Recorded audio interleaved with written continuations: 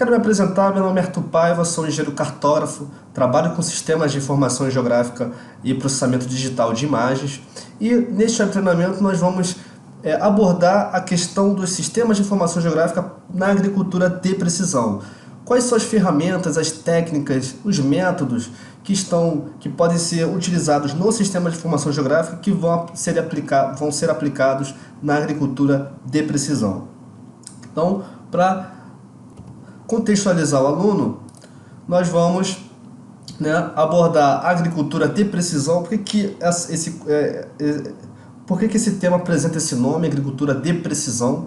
O contexto espacial de abordagem, quais são as situações, os contextos que eu utilizo as ferramentas do SIG para a agricultura de precisão, as plataformas de levantamento, como eu gero insumos para eu poder apoiar a minha análise agrícola, o meu planejamento agrícola e o meu estudo espacial. Tá? Os sistemas de informação geográfica, como ela é definido e por que ela é útil dentro desse contexto, do conceito da agricultura de precisão. O sensoramento remoto, como sendo a ciência e a arte de você obter uma cena, uma amostra, um levantamento daquela região ali que vai ser importante dentro da sua análise agrícola. A identificação de alvos agrícolas a partir desses insumos de sensoramento remoto, como a gente identifica tanto o estágio do alvo agrícola como qual é o alvo que está sendo mapeado ali, sem ter o conhecimento prévio e sem ter o conhecimento local de campo. E as tendências, quais são as ferramentas, os conceitos a serem desenvolvidos para poder melhorar todo o contexto da agricultura de precisão, toda a análise espacial e estudo voltado para a agricultura. Tá? Iniciando agora, a agricultura de precisão, ela se define como o uso de tecnologias de manejo do solo apoiadas em informações espaciais intemporais para controles de sistemas agrícolas. Então, nada mais é do que você realizar uma análise espaço-temporal daquela sua área de interesse ali. Seja um talhão, seja uma área isolada, uma área de pequenas dimensões, seja uma região, onde eu tenho um conjunto de talhões, um conjunto de terrenos que será objeto do meu estudo. Tá? Então, esse aqui é um exemplo, Essa aqui é uma plantadeira ou uma semeadora, tá? E perceba que a máquina agrícola ela apresenta uma antena GPS no seu topo, no meio de toda essa estaca reta que ele vai realizando tanto a irrigação, tanto a aplicação de defensor agrícola, como qualquer outra atividade no meio rural. Ele tem uma orientação geodésica associada ao movimento do maquinário. E essa orientação geodésica ela já é planejada lá em escritório, lá em gabinete, a partir de ferramentas de sistemas de informação geográfica. Então, só essa imagem ela já exibe a total importância que um planejamento espacial, que é realizado no SIG, ele apresenta nesse contexto da agricultura de precisão, porque a agricultura de precisão não só vai no nome precisão. Eu preciso, antes da precisão, estabelecer uma modelagem espacial daquela região ali que eu quero implementar meu planejamento. Então, todas as informações geodésicas emitidas pelo maquinário serão interpretadas pelo gabinete e serão sendo confrontadas com o planejamento realizado previamente. Tá? E aquela imagem já ilustrou o contexto espacial, mas o contexto espacial na sua íntegra, ela é responsável pela redução de todo o espaço do terreno de cultivo em pequenas parcelas. Ela se resume a isso. Por quê? Porque você atomizando a sua área de cultivo, você melhora os indicadores de produtividade, você melhora os indicadores de controle de pragas, você melhora outros tipos de indicadores. Tá? Então, o parcelamento do terreno, ele contribui para o controle de pragas e doenças, pois ele tem uma relação direta com os indicadores de pragas e doenças. Tá? E a partir também de informações imagéticas do levantamento, onde é possível a identificação de locais onde você tem uma interrupção daquela linha de cultivo ali, que são os buracos, que a saúde da vegetação está debilitada. Então, além do conhecimento imagético, o parcelamento do terreno faz com que o maquinário que seguiu aquela linha de parcelamento do terreno identifique essas pragas e essas doenças. O controle de produtividade, quando você realiza extrações de amostras de nutrientes que estão diretamente relacionados com a produtividade da terra, tá? E também análises hídricas de percolação do solo, uma vez que se você tiver um subsolo, né, uma terra muito úmida, você impede que o oxigênio chegue até as raízes, então você ter umidade demais também é ruim. Então o controle de produtividade também vem do parcelamento do terreno, porque o maquinário está seguindo aquela linha de parcelas do terreno. Ao longo dessa linha de parcelas do terreno identifica essas particularidades da terra. Tá? E as análises geoquímicas, não só nutrientes que estão diretamente relacionados com a produtividade, mas nutrientes indiretos também. Fósforo, potássio, outros tipos de nutrientes, você realiza amostras ao longo do terreno e a partir de técnicas de geoestatística você é capaz de gerar uma superfície em que vai te apontar tendências, né, espacialmente representadas desses nutrientes ao longo de todo o terreno. Todo o terreno de estudo. Tá? Saindo agora da parte da abordagem espacial da agricultura de precisão, né, a abordagem espacial de análise, nós vamos para as plataformas de levantamento. Primeiramente, antes de realizarmos um estudo agrícola, né, uma análise agrícola, nós temos que realizar a modelagem espacial do que a gente quer representar. Então, se a gente está trabalhando com terrenos com dimensões pequenas, com um talhão somente, você pode utilizar a plataforma geodésica para fazer o levantamento. Você vai realizar o levantamento da poligonal, tá? Realizar as correções posteriores, oriundas do levantamento geodésico, mas a partir dessa poligonal, você também, aliado a isso, você vai realizar levantamentos de reambulação, levantamentos descritivos a respeito do terreno. Não é levantamento aéreo, porque o levantamento aéreo ele te dá uma informação imagética, mas o levantamento geodésico ele também é importante quando estamos trabalhando com terrenos com alto grau de importância, tá? Parte desse princípio, e também com dimensões reduzidas. Tá? A plataforma aérea ela vem no sentido de você abranger mais de um talhão, vários talhões, 4, 5 talhões dentro de uma propriedade rural. Então você tem uma abrangência espacial maior, você pode recobrir uma área maior e, além disso, você gera informações de imagem.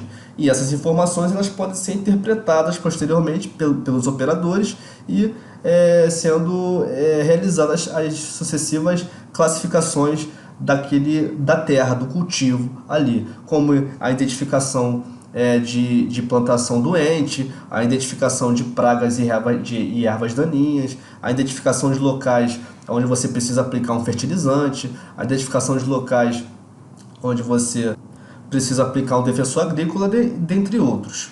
Tá? E a plataforma orbital é quando a gente vai trabalhar numa análise mais macro, numa análise regional daquele local ali, porque uma cena, né, ainda mais as imagens livres de satélite, que são de média resolução, com pixel de 30 metros no multispectral e de 15, no caso do Landsat, você só tem a capacidade de realizar esses estudos regionais. Então, se você tiver uma quantidade muito grande de propriedades rurais, com N talhões dentro dessas propriedades, você precisa utilizar uma plataforma orbital. Tá? Ou mesmo identificação de culturas dentro de um município, a cultura predominante dentro de um município, você também utiliza uma plataforma, o insumo de uma plataforma orbital. Tá? Um exemplo imagético que exibe, né, a atuação do levantamento aéreo com drones, tá, foi adquirida no Mundo Geo. Nesse caso aqui, o drone ele não necessariamente ele imageia somente, né, ele tira fotografias, mas ele também pode realizar a dispersão de defensor agrícola, de fertilizante, de forma aérea, né, de forma bem localizada. Então você em escritório, em gabinete, estabelece a localização, a latitude e longitude, né, a posição de dispersão daquele defensor agrícola, daquela operação que você vai realizar ali naquele ponto, e Você programa o drone para ele exatamente naquele ponto ele fazer a dispersão do defensor agrícola ou do fertilizante, né, de forma automática. Então esse é um exemplo de relacionamento entre o gabinete e o instrumento de aerolevantamento. Tá? E o levantamento orbital ele é possível a partir de uma plataforma imagética orbital que retira cenas, né? Realiza o levantamento imagético de uma grande área de interesse, né? Uma cena toda, que abrange municípios a nível municipal, uma escala bem reduzida de detalhes. Tá? Agora, partindo para a seara mais ferramental, para a seara mais de processamento, o sistema de informação geográfica ele é definido como um conjunto de ferramentas e métodos que permitem a manipulação de múltiplos planos de informações georreferenciados. Eu sempre inicio uma apresentação falando que o SIG ele venceu a física, né, de uma forma bem, né, de brincadeira, porque na física a gente aprende que dois corpos não ocupam o mesmo lugar no espaço. Mas o sistema de informação geográfica ele permite com que duas informações podem ocupar. Então, duas, três, quatro, cinco informações eles compartilham do mesmo ponto geográfico, do mesmo ponto georreferenciado, como pode mostrar essa imagem aqui do professor Carlos Alberto, da Rural, daqui do Rio de Janeiro, da Federal da Rural. Ele com essa ilustração, ele mostra que vários planos de informações compartilham do mesmo ponto georreferenciado. Então, em um mesmo ponto, eu tenho informação de planimetria, altitude, fertilidade e produtividade. Tá? Essa é a grande vantagem dos sistemas de informação geográfica, pois ela permite o relacionamento de diferentes planos de informações, mesmo se um plano de informação é físico, biótico e outro plano de informação é humano, é intangível. Tá? Então ele permite esse relacionamento e a partir desse relacionamento ele gera insights, ele gera respostas que são importantíssimas dentro da análise agrícola, que é o nosso caso. Tá?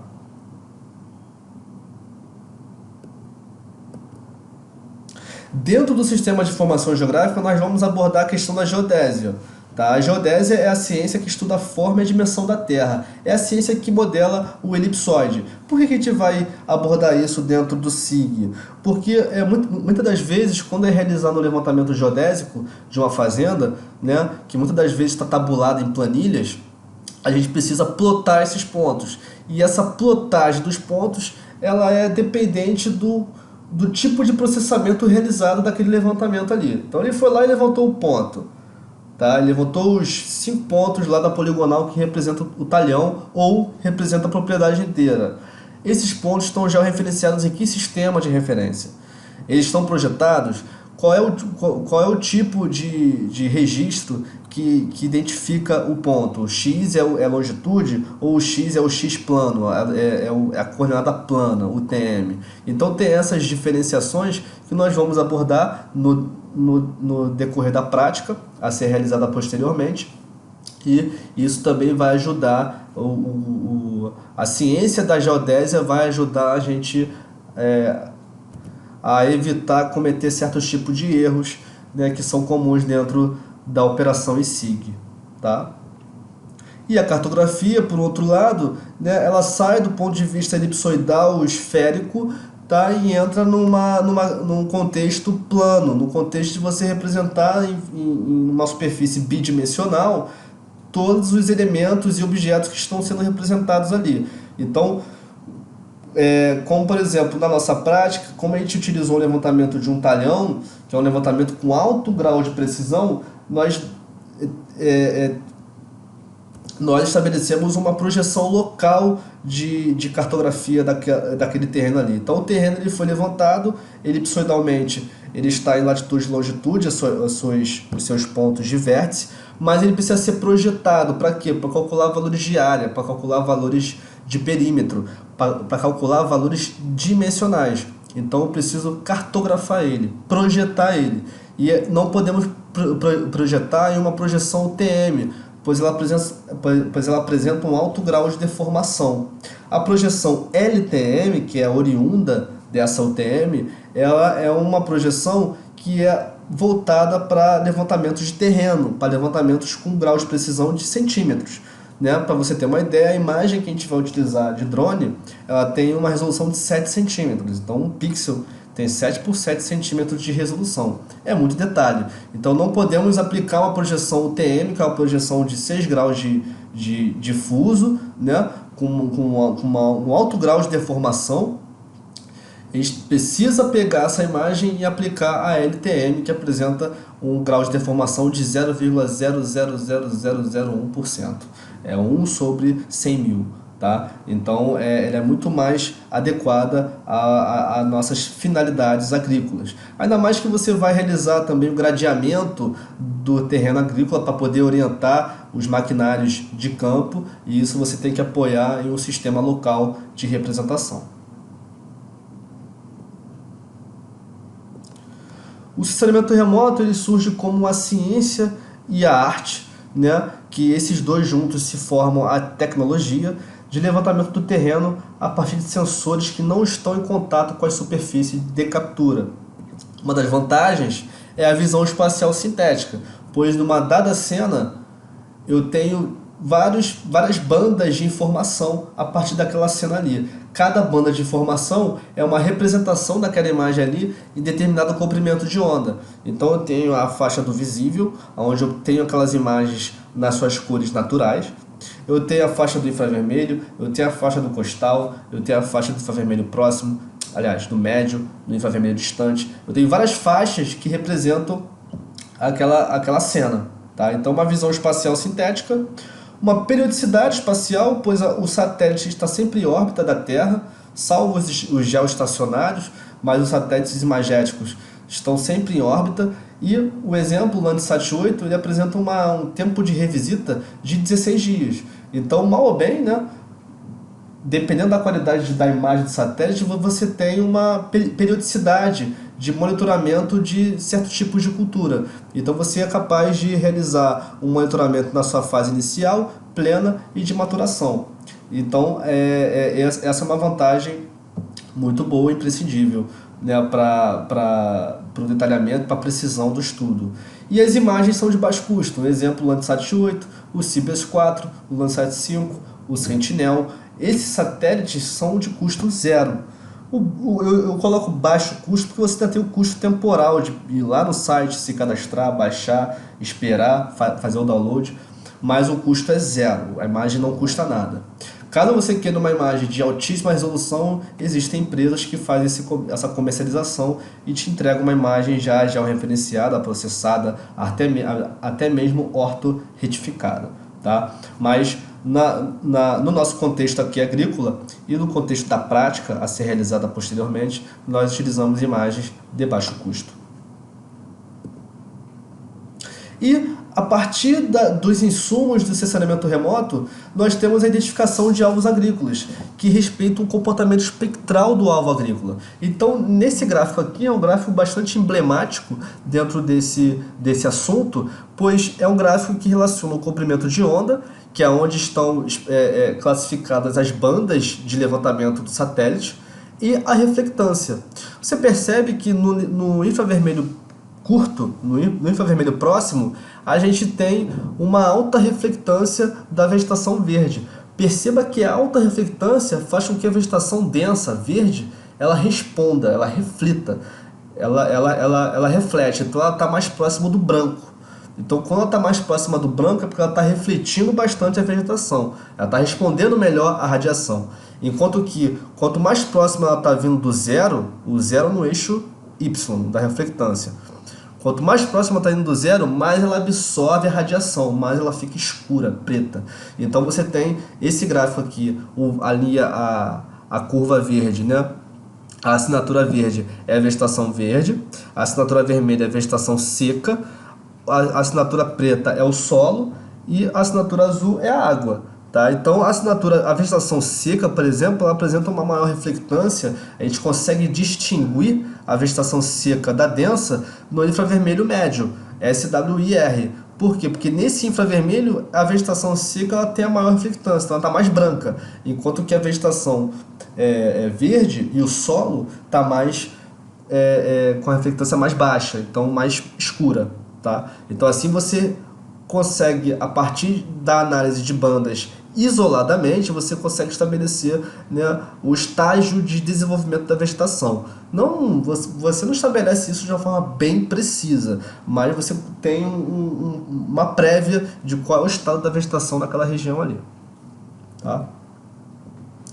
E após a identificação do estágio da vegetação, para identificar que tipo de cultura é aquela ali, a gente precisa de considerar elementos básicos, fatores básicos, que é a tonalidade, a sombra, o padrão, a cor, o tamanho, a localização geográfica. Como, por exemplo, você tem áreas de soja, que é uma cultura planiforme, é uma cultura plana, com baixa altimetria, refletindo mais no infravermelho próximo, né? Deixa eu voltar aqui. O infravermelho próximo é onde ele responde melhor à vegetação, então ele reflete mais do que o eucalipto. Então o eucalipto também está com a vegetação densa ali, só que ele responde menos. Então você tem essa diferença. A textura também da resposta espectral do eucalipto é diferente da soja, que também é diferente do canavial. Por quê? A arquitetura do cultivo também conta para a identificação fácil, né? Para uma identificação bem precisa daquele alvo ali. A cana-de-açúcar ela tem uma estrutura, ela tem uma arquitetura ereta, né? É um canavial, ela tem uma estrutura ereta. Essa estrutura ereta ela faz com que a cor que responda à radiação ela seja uma cor mais texturizada, mais cheia, enquanto que a cor que responde na soja é uma cor mais esparsa, ela reflete mais e é mais esparsa. Então você tem essas diferenças. Você também tem diferenças das áreas de cultivo. Enquanto na cana-de-açúcar você tem estradas de terra dentro da área de cultivo, na soja você tem menos. Até tem, mas tem pouco. No eucalipto você tem as regiões de eucalipto e as regiões de floresta selvagem, né? Floresta intocada. As florestas intocadas elas apresentam uma textura maior, elas absorvem mais a radiação. Então é um fator de diferença. A gente vai ver isso com mais calma na prática. Tá? Então na prática a gente vai identificar essas culturas e também eu vou dar exemplos de outras culturas em outras imagens que foram também identificadas como tal, como cana-de-açúcar, milho, entre outras culturas. Tá? E, por fim, as tendências, né? Os avanços de tecnologias em geografia das coisas, a fim de automatizar a operação do manejo de solo, também é uma tendência. Por quê? Porque eu preciso estabelecer uma comunicação cada vez mais rápida, cada vez mais consistente entre o maquinário em campo e o gabinete. Entre as informações que eu planejei aqui no gabinete, os pontos de orientação daquele maquinário ali e a operação da máquina lá em si, que está sem motorista ou não. Ou às vezes tem algum operador ali fazendo pelo menos dando pelo menos o start, né, naquela máquina ali agrícola, tá? E você disseminar o conhecimento e metodologia envolvendo análise espacial e agricultura, porque ainda é uma ciência, ainda é uma questão muito rudimentar, ainda muito elementar dentro do contexto operacional, dentro do agronegócio, ainda para os pequenos agricultores. Para as grandes, para as gigantes do agronegócio, não. Para as gigantes, você tem esses conceitos, essas metodologias, esses conhecimentos muito bem consolidados. Tá? Mas dentro da agricultura familiar você ainda tem um déficit de conhecimento aí, de expertise na análise espacial e agricultura, que é a agricultura de precisão. Tá? Essas são as referências que eu utilizei para poder realizar essa apresentação, em especial para o livro Agricultura de Precisão, um Novo Olhar. Tá? Um livro bem completo que fala tudo sobre a análise geoespacial dentro da agricultura, tá? Toda a cartografia, todas as geociências aplicadas à agricultura. E muito obrigado, gente. Estou aberto a sugestões, estou aberto a perguntas e é um assunto bastante instigante, bastante interessante aí dentro do contexto das geociências e estou aberto aí a qualquer tipo de dúvida e sugestões, tá? Muito obrigado.